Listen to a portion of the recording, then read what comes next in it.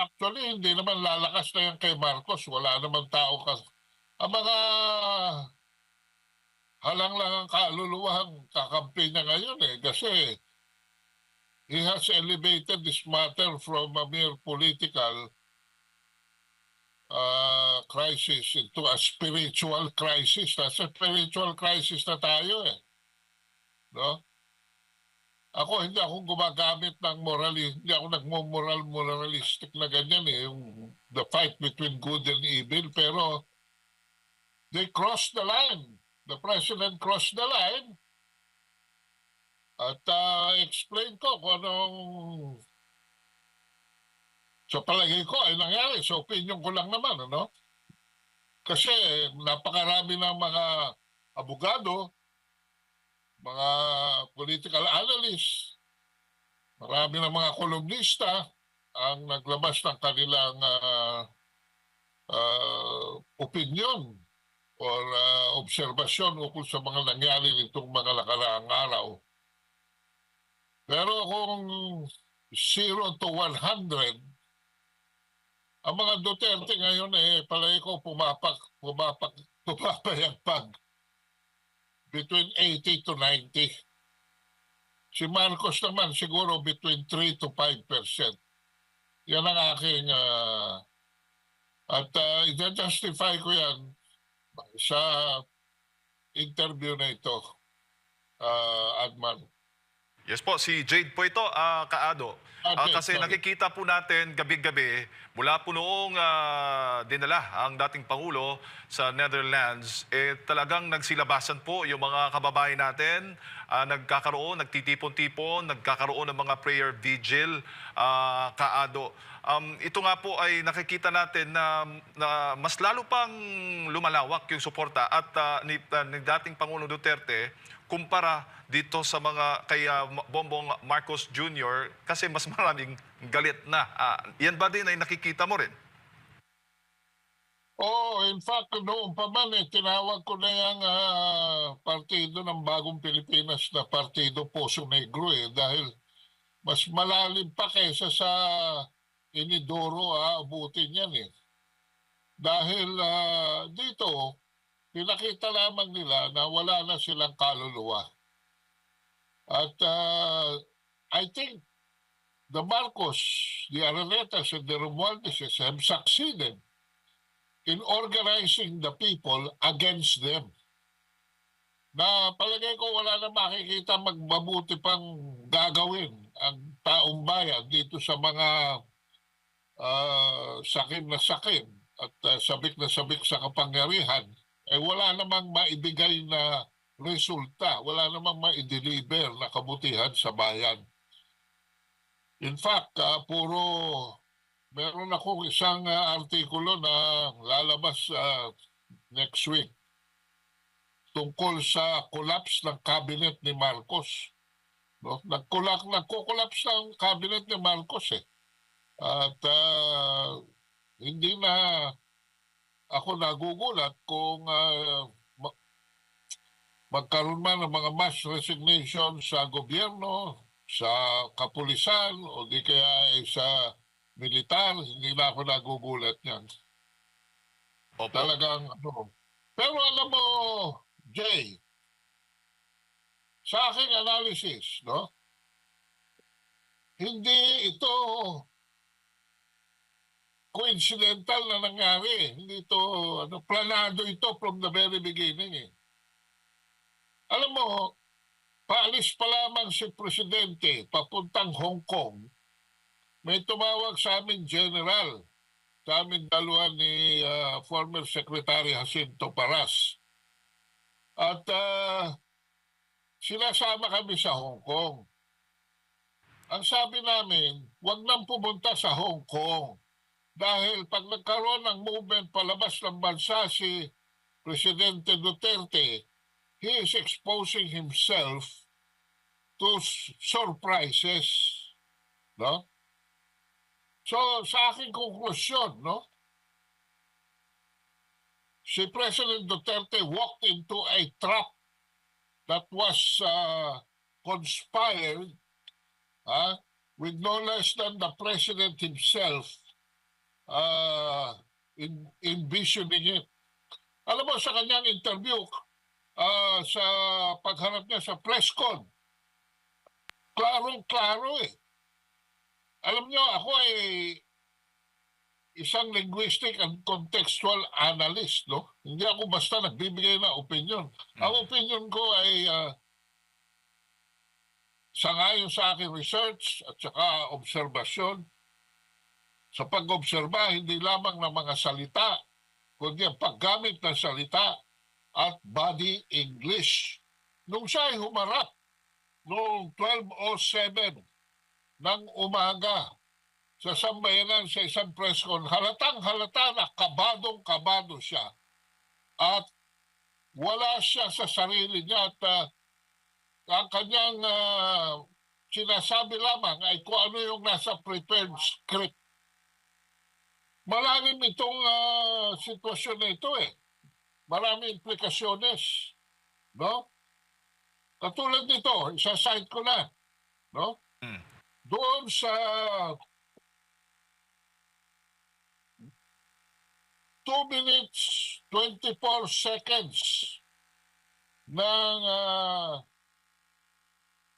kanyang press con, no? Nagsimula ito nung 1 minute 43. Sinabi niya naghintay siya ng 3 oras para from 3 o'clock in the morning, binalikan siya ni Rimulya ng 6:30, no? At alam mo, sabi niya, okay, let's go ahead according to plan. Something like that, sabi niya. So, planado ang kilos ng presidente rito, no? Planado. Pati ang kanyang pagpasok sa eksena. Ito, ang eksaktong quotation. Balikan niyo yung press con, analyze niyo. Ano sabi niya? Noong 6:30, sinabi niya na kay Rimulya, let's put our plans into place. At mapapansin ninyo, miski na kulang-kulang ang kanilang materyales. Hanggang ngayon, wala akong nakita ng prinisanta kay Presidente Duterte na warrant of arrest eh. Kagabi ko lang nakita yung warrant of arrest eh. Sa interview ni Karen Davila kay Atty. Carranza. Kahapon ko lang ng gabi, halos madaling araw na. So may bitag nang nakahanda. Suspetsa ko, bago pa man umalis si Duterte papuntang Hong Kong, matagal nang may plano. Talagang yung timing na lamang ang hinihintay. Bakit? Aba, nakita niyo ba yung date ng warrant of arrest? Nakatunog sila na si Duterte ay aalis ng bansa.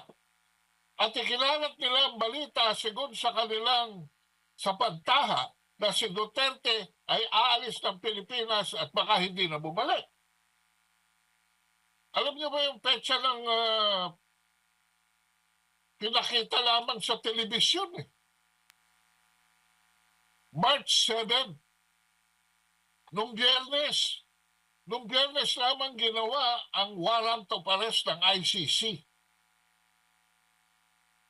So, yan mga maliliit na detalye na ganyan, nagbubuko eh.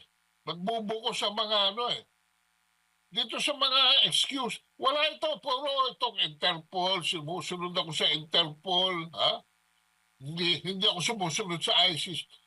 Yan na, katarantaduhan lang, mga salita lang, paikot, ika nga. No? So, ano ang konklusyon ko? Plano ang kilos ni Presidente Marcos. Matagal na itong plano na ito, naghihintay lang sila ng timing. Nung nabalitaan nilang paalis, si Presidente Duterte, papuntang Hong Kong, sinetap na nila. March 7, nagpa-issue sila ng warrant of arrest sa ICC, at yun, di umano ay pinadala sa Interpol for the red notice. Kayo ba may nakitang red notice? Hanggang ngayon, wala pa ako nakikitang red notice eh. At mismo mismo doon sa press conference. Ha? Balikan niyo yung press conference, analyze ninyo. Tinanong siya mismo, meron po ba kayo? Ha? Meron po ba kayo na warrant na pwedeng ipakita? Aba, nabulol ang presidente. At ipinasa kay Rimulya ang pag-dribble. No? So, sabi niya, it is very clear. No, Mr. President, it is not clear at all. Because hanggang kagabi, lamang ako nakakita ng warrant of arrest sa programa pa, sa monitoring ko ng programa ni Karen Davila, sa pag-interview niya kay Atty. Carranza. Wala ko, hanggang ngayon, kayo ba nakakita ng red notice? Adman at Jay? Meron na ba kayo nakita ng red notice hanggang ngayon? Wala pa. Nagtatanong ako kasi baka nahuhuli ako sa balita. Wala silang pinakita. This is a warrantless arrest. At the time of the arrest of President Duterte, wala silang mapakita kung hindi yung pinapakita sa cellphone. Aba, this is the first time in the history of the Philippines na nagkaroon tayo ng cellphone arrest. Ha? So, yan yung mga nakita ko, no? At he really walked into a trap. Kaya tama yung hunch namin ni Atty. Paras na huwag ka lang pumunta ng Hong Kong. O di kaya in-advise namin siya, tinanong namin yung general, active general to na pumunta sa amin na nagsasabi na pumunta kami, sumama kami sa Hong Kong. Ang pangalawa, sabi namin, bakit ho nagko-commercial flight si Presidente? Pwede, lapit-lapit lang na Hong Kong. Wala bang sponsor dyan ng private plane from Davao to Hong Kong and from Hong Kong to Davao? Ayan eh. Pero alam niyo, talagang ganyan eh. Ang isang bayani talagang naghahanap lamang ng katapat na mga halimaw para siya ay maging bayani. At aking pasasalamat dito dahil kami ay isa sa mga nag-aabang kay Ninoy Aquino nung umuwi si Ninoy Aquino noong 1983. Ang pasasalamat ko na lamang dito ay paglabas sa eroplano ay hindi nila pinusila ang ating Pangulo. No? At buhay ang ating Pangulo at alam naman niya, he is composed, abogado siya, handa siya, pinangangatawanan niya ang sinabi niya sa sambayan ng Pilipino na I alone will answer for all of you, Philippine National Police, and all of you, Armed Forces of the Philippines, who will join me in a drug war. Because I don't want our country to be a narco state. Gawin nyo ang inyong katungkulan, sagot ko kayo. Kaya kayo mga nakikinig na militar at kapulisan at uniformadong complement ng ating gobyerno, makonsensya kayo dahil pinababayaan nyo ang sitwasyon natin ngayon pasama ng pasama. Ha? Aba, masahol pa sa Gestapo itong si Torre, si General Torre. Ha? At anyway,